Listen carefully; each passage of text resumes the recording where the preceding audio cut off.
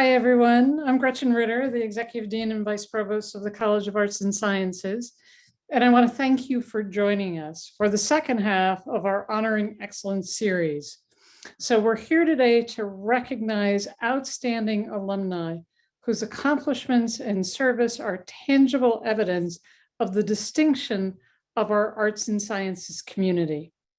Today, I have the great pleasure to present three of our Alumni Award honorees: Rosie Phillips Davis, Dean Gibson, and Keith Key.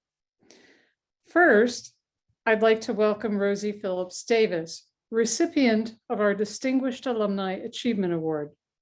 Dr. Davis is a professor of counseling psychology at the University of Memphis. She earned 2 degrees from Ohio State, a master's in education in 1973, and a doctorate in psychology in 1977. She was president of the American Psychological Association in 2019 and has also served on the APA's Finance Committee, the APA Board of Directors, the American Psychological Foundation Board, and as president of the Society for Counseling Psychology. She serves on the editorial board of the Journal of Career Assessment, has authored numerous articles and book chapters, and co-edited 2 books. 2 funds, I find this a particular tribute, 2 funds at the University of Memphis are named in her honor. And she serves on the board of trustee for Lemoyne-Owen College, a historically Black college in Tennessee. Rosie, welcome. So nice to have you here with us today. Well, thank you. I am just delighted to be here. I do have to say I used to serve on the Lemoyne-Owen board, which I was grateful to do, but my tenure of service on that ended. Now I'm on the board at my undergraduate institution. Terrific. So you're continuing to make a difference in a variety of settings. And we're so pleased to learn a little bit more about your work and the contributions that you've made. So I want to start by asking about, the excitement that happened when you were appointed president of the American Psychological Association. And there was quite a bit of coverage of that because you were only the second African-American woman to leave the APA. And what was striking is that at the time you were quoted as saying, "The real story is that I am a product of the public school system." Can you tell me a little bit more about that? Yeah, and I was struck by 2 things at the time. One is that I was president of the American Psychological Association, and Dr. Alpha Stewart was president of the American Psychiatric Association, and both of us went to school, public schools in Memphis, Tennessee. And in Memphis, that meant that we grew up in a segregated setting at the time. And so I didn't go to an integrated school until I went to college. And what we were at that time, Black schools were considered inferior, and that we couldn't perform or function as good as. And in fact, I didn't know it until I went to college and learned that brilliance and not so brilliant cuts across racial lines. But our schools were so helpful to us. We had role models. We had people who were interested in us. And people have fled away sometimes from public schools to go to private schools. But I believe that our schools were the essence of what it means to be great in America, to support that is for all of us. That's what I love about it, and that's what I wish that we would support now. It gives opportunity to so many people in so many ways, and it can be a more level and equitable playing field. Yeah, I couldn't agree with you more. I think, the commitment to public education is such a critical part of who we are as a society and as a democracy. And I think it's really important to remember that tradition in the way that we haven't always lived up to it as fully as we should. I think you're right about that. And we miss out. And it's such a fine opportunity to educate our citizenry and make us the kind of nation that we really want to be. So I wish that we could get back to it more. Yeah. I also wanted to take a minute, ask you to reflect with me on this year. This has been, of course, such a traumatic, hard year. We've lived through the pandemic, continue to struggle with that. It's been an incredibly divisive political period, and we've seen all of the difficult incidents that have really exposed racial and social inequities in our society in such a deep way. And in thinking about this as an educator, and particularly as an educator from counseling psychology, I wonder what your thoughts are about how do we teach, how do we help our students to navigate this incredibly difficult year? Well, the first thing I would say is that we have to start with self, that we have to have strong, honest conversations within and understand that this society is here as it is because we made it that way. Mm.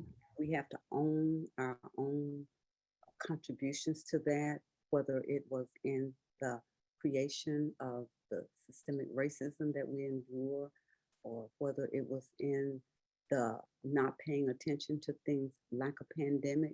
We have to own that. I'm impressed with how much lack of truth we have and how much fear we have about all kinds of people and all kinds of things that we don't understand. So starting with self. And then I think it's important to create an environment so that our students can think through what is going on so that they can have honest dialogues with us and with each other about what is happening in the world. We have not taught enough about who we are in this society. And if we don't clearly own who we are, and as a psychologist, of course, what I believe is that we need to be, I believe we were all created here whole and perfect. And we need to understand that, and we need to understand that there's nothing to fear. And so we need to help our students know that they have nothing to fear, that they can be who they are, that they are a part of a larger society, that there are no individuals, that we're all connected and that we all depend not only on each other, but on the world. You know, that I love the way many indigenous people think. And I'm reading a book by Art Bloom now, and he talks about the interconnection of the entire world. When we think about it, I'm a living biodome. There are all kinds of little creatures and things living inside of me. And my boundary doesn't end with my skin, it extends to you. And what is happening to me impacts what is happening to you. And it is important that we begin to know that and to recognize each other, to honor and value each other. And so I think if we create that kind of open, inviting environment with our students at Ohio State, they are great, smart students. I was there and I got to see some of them and got to be intimidated by some of them some of the time. They already knew how to think. So we don't have to teach them how to think. We have to create the environment so that it's okay for them to think. And it's okay for them to have differences of opinion. It's okay, whether we agree with them or not, we need to honor them and make them know that it is okay. And I think if we honor them and help them to be more of who they are, they can let the next person be more of who they are. It's a wonderful way to think about it. You know, I love your focus on kind of claiming yourself and claiming ourselves collectively, and coming to terms with the history that got us here and our own part in that history. And also a perspective of creating environments where people can get beyond fear as they lay claim to truth, and of honoring all of our students and helping them to enter into meaningful dialogue with each other. It's a lovely perspective. Oh yeah, it's absolutely the way that I can think about it, because I know that there's a natural inclination to group. I think that is a survival instinct. Mhm. To have a brain that enables us to even think beyond just our survival instinct and come to understand that your survival and my survival are not mutually exclusive. And in fact, it's enriching if we can do it together. Yeah. I also wanted to take a minute to ask you a little bit about your focus on poverty. I know this has been an important issue for you in your research. Can you tell us a little bit about how your work has helped us to understand and address social issues that are rooted in poverty? I think that the best thing that I've done is to lift it up and to get it out to more people, because interestingly enough, almost 50% of the people in the United States are in poverty at one time or another in their lives. Now, what we found is that people tend to believe that it's them, it's the other. We like to believe that it's young Black guys hanging out who don't want to go to work.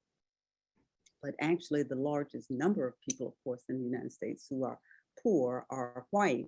It's just that percentage-wise, they go up with races, and so it's inequitable if you want to think about it like that. But in working with it, what we find that makes poverty so intractable, and I was talking with people from Robert Wood Johnson about this too, is mindset.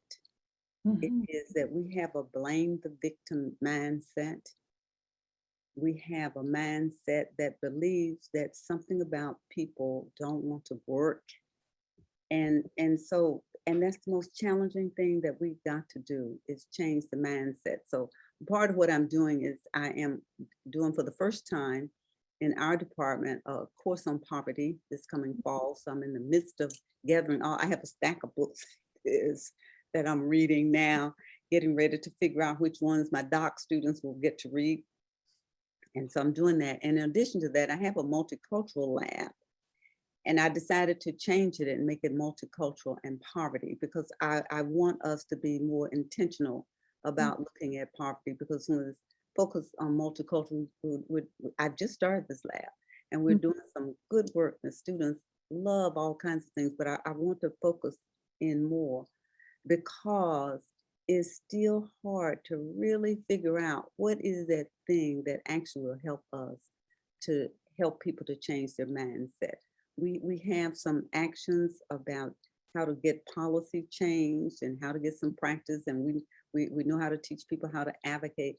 But I want to see if I can be a part of the group that helps to learn more about how to change the mindset. And that's been the struggle.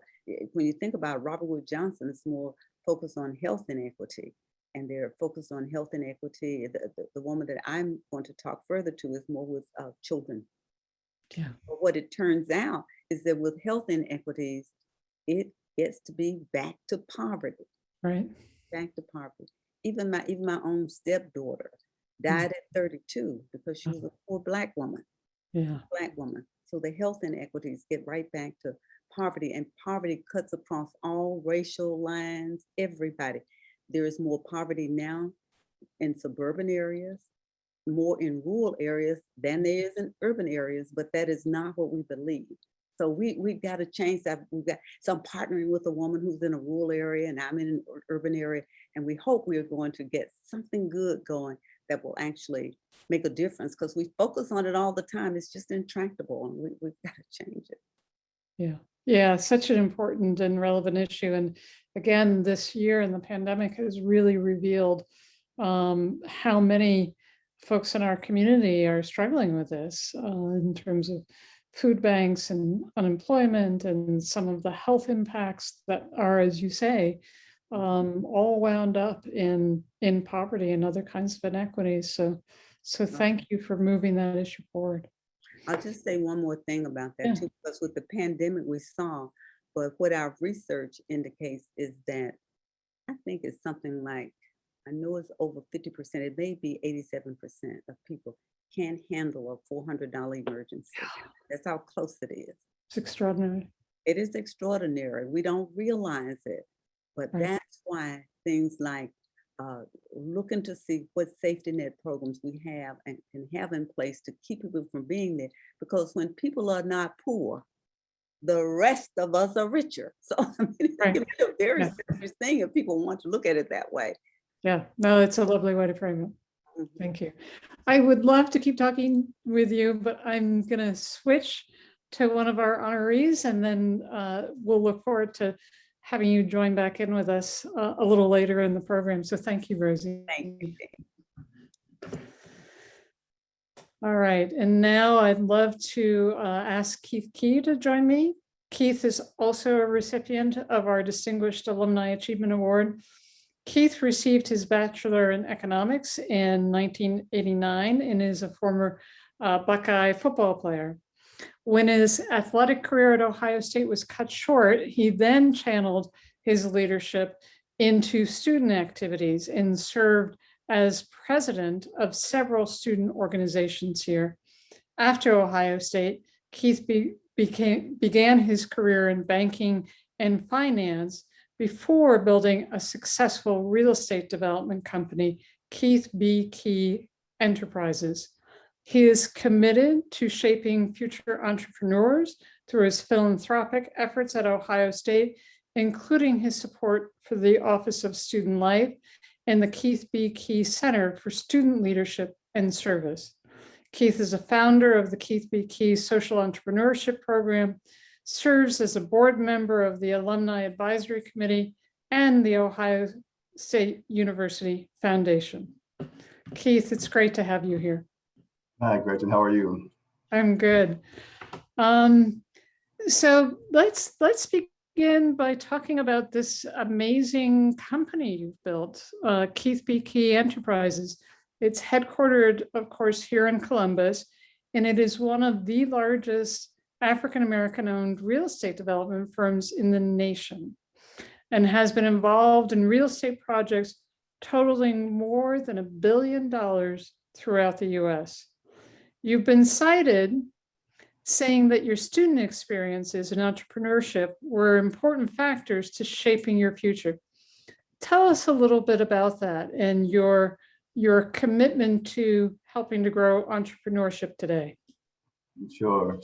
Yeah, OSU was a great fertile ground for me to really grow in that space. And I think every student at Ohio State really has a unique privilege of being a part of the university to really explore some things that really doesn't come about every day. Such a big university, broad spectrum of activities and students to be able to just really test your theory, test your passion, really grow as a human and as an individual. I think it's so important for students to really do something in that space beyond the academic experience. For me, it was really being involved in student organizations and really learning a lot about what impassioned me. And I realized my passion took me further than I could have done cerebrally, and just caring about society and really wanting to make a difference. I felt responsible for everything I signed up for, whether it was, sickle cell anemia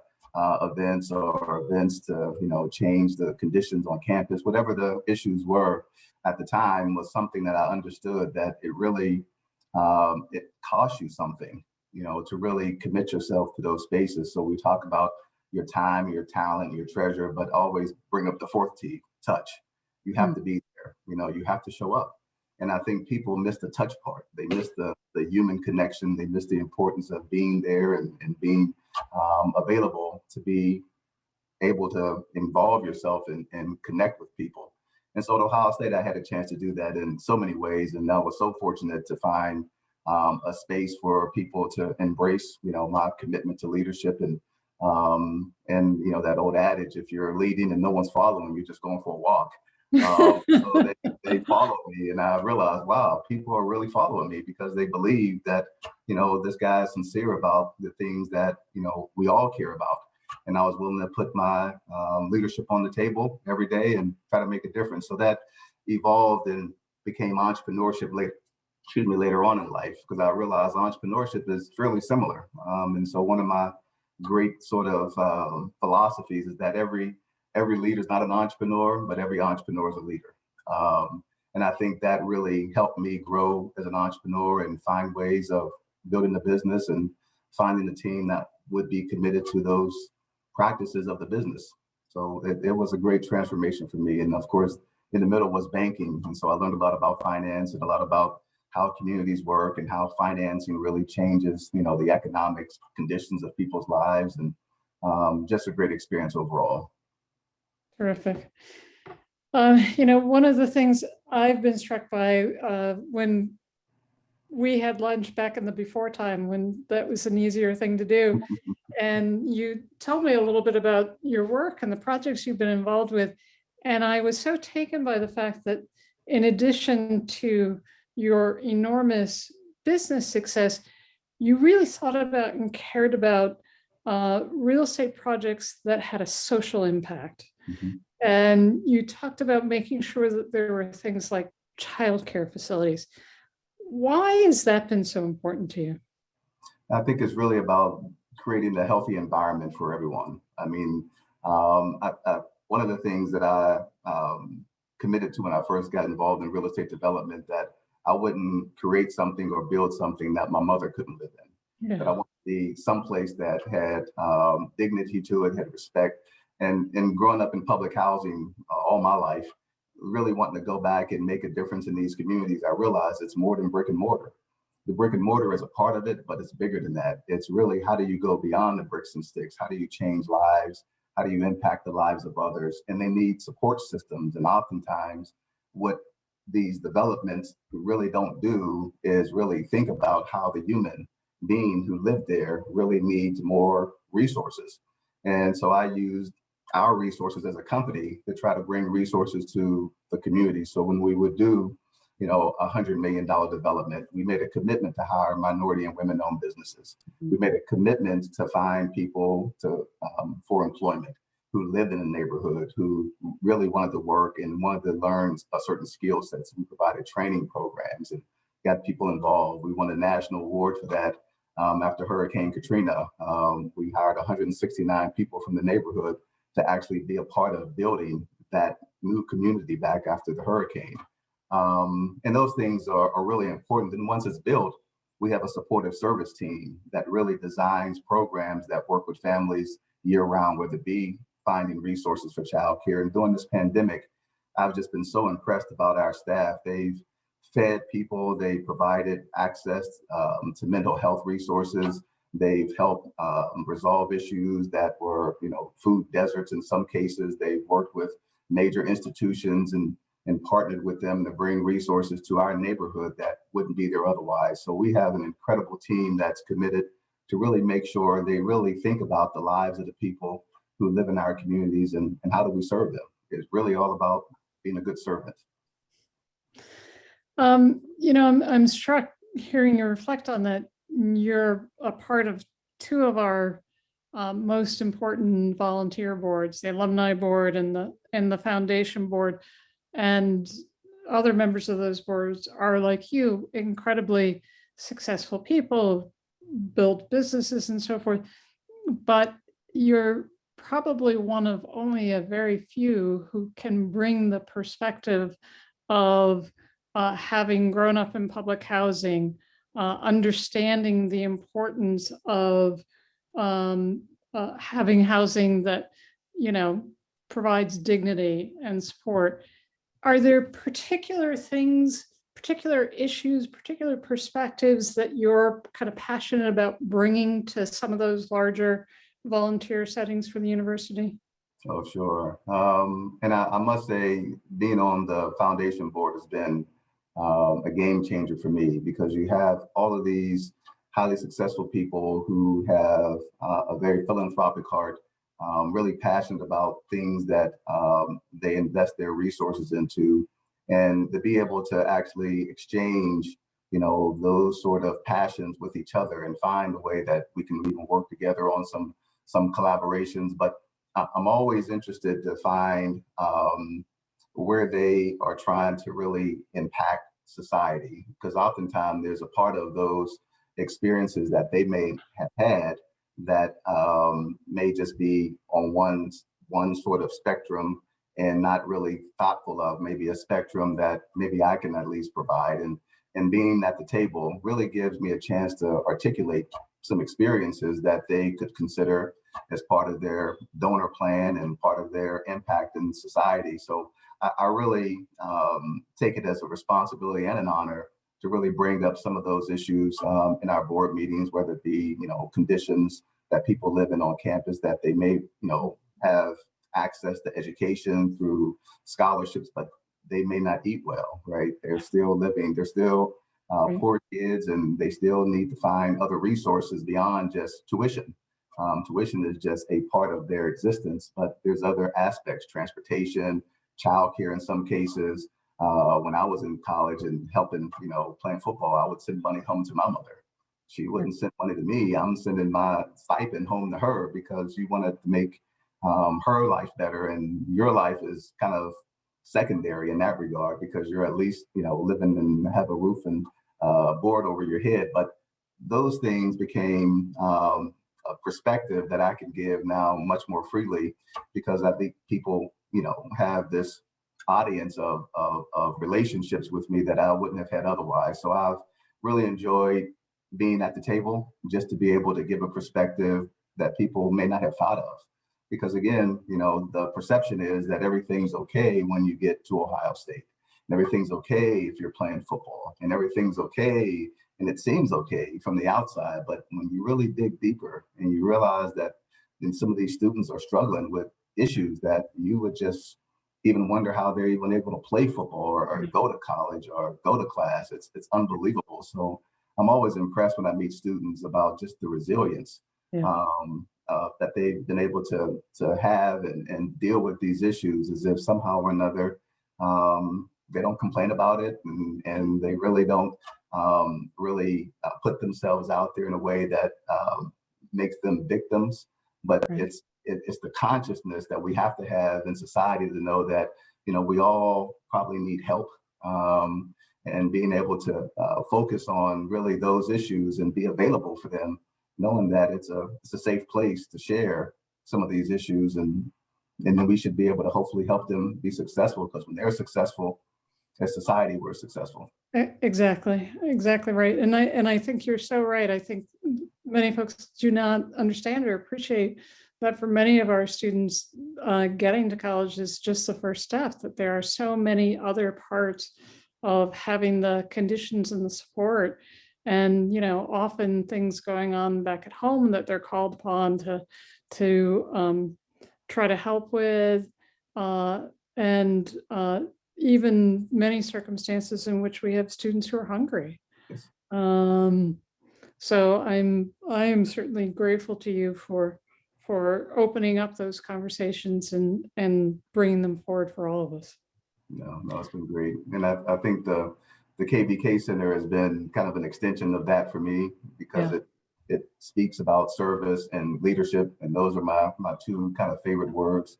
I think they go together, which ultimately gets involved in entrepreneurship. But to be able to actually serve someone, I think is an honor. And I think the students, we have over 1,500 student organizations that are headquartered at that center. And I'm just always impressed when I go over there, just the amount of energy they have, and their causes are so important. Even the Buckeye Fund, they've raised over $1.5 million.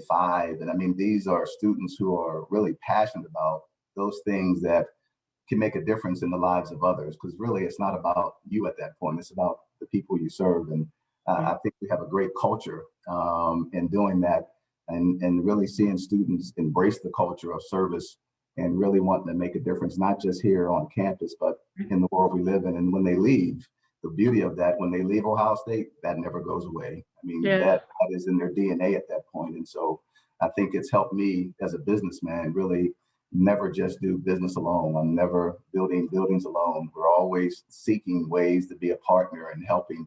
And we're in 8-10 cities right now. And so we're constantly trying to find relationships to expand the resources that we have to do the most good for the communities that we serve.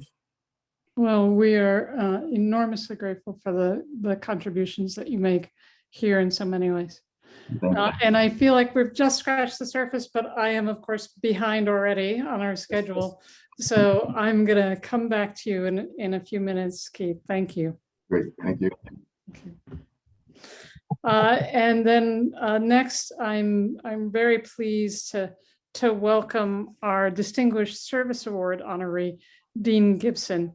And this is an award that is presented to a college volunteer to recognize exemplary service to the College of Arts and Sciences, its faculty, students, prospective students, or programs.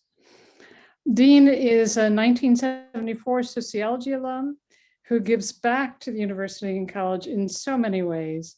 He has created and chaired the Sociology Advisory Board, which advises the department chair and provides philanthropic and mentorship support for our students. He's now retired as a partner of Aon Hewitt, and he shares his experience with mentees across Ohio State. He has served as a mentor in the Arts and Sciences Match Mentor Program, the Sociology Mentor Program, in the Ohio State Young Alumni Academy. And Dean, along with his wife, Susan, have provided philanthropic support to the Department of Psychology's Center for Cognitive and Behavioral Brain Imaging, where they created a fund to provide scholarships for graduate and undergraduate students and researchers. In addition to all of this, he serves on the board of, help me with this, Dean, Watatu Reed. Yes. Thank you. Reed.